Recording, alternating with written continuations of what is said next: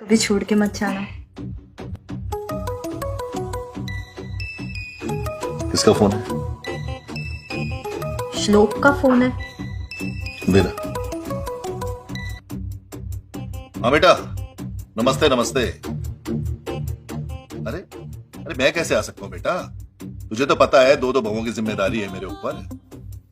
अकेली कैसे रहेंगी घर पे ये? समझ रहा हूं बेटा। हाँ जानता हूं, मेरे अलावा कोई और है भी तो नहीं तुम्हारे इस दुनिया में।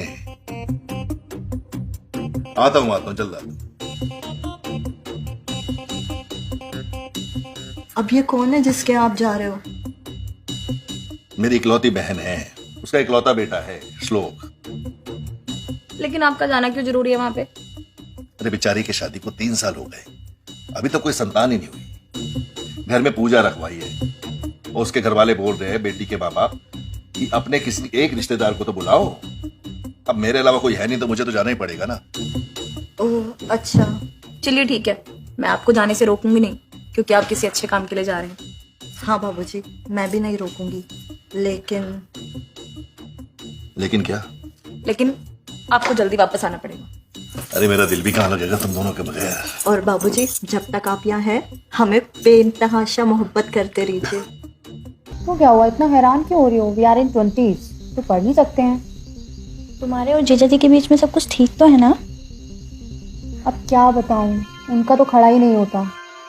मुझे इस तरीके से स्टोरीज पढ़ के और वीडियोस देख के ही अपनी प्यास बुझानी पड़ती है। मुझे तुमसे हमदर्दी है। अच्छा हुआ मैंने तुम्हारी बुक का टाइटल पढ़ लिया, नहीं तो मैं तो तुम्हें मामा जी के पास भेजने वाली थी। भाभी एक बात बताओ, ये श्लोक के मामा जी है कौन से गांव से? ये कोई बलिया वलिया बता रहे थे। बलिया?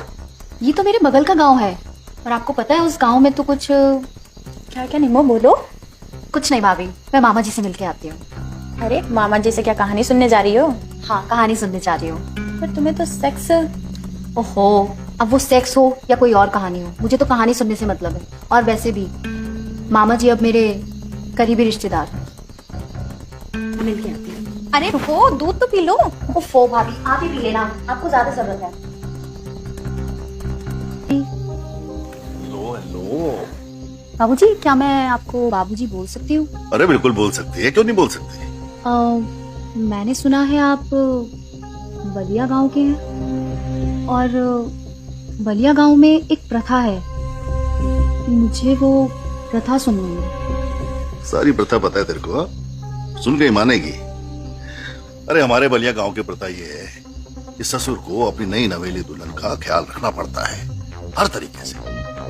अब लड़के नौकरी करने गांव से बाहर शहर चले जाते हैं, महीना 2 महीना 6 महीना बेचारी अकेली कब तक रहेगी? बस पूरी तरीके से ससुर ही ख्याल रखता है, समझ रही है?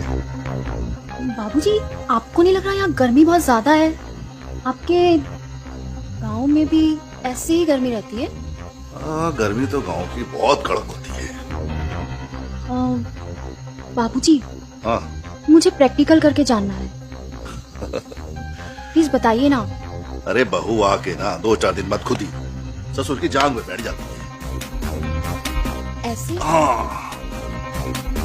बिल्कुल ऐसे। फिर बाबूजी? बस फिर बहू अपने होंठ ना ससुर के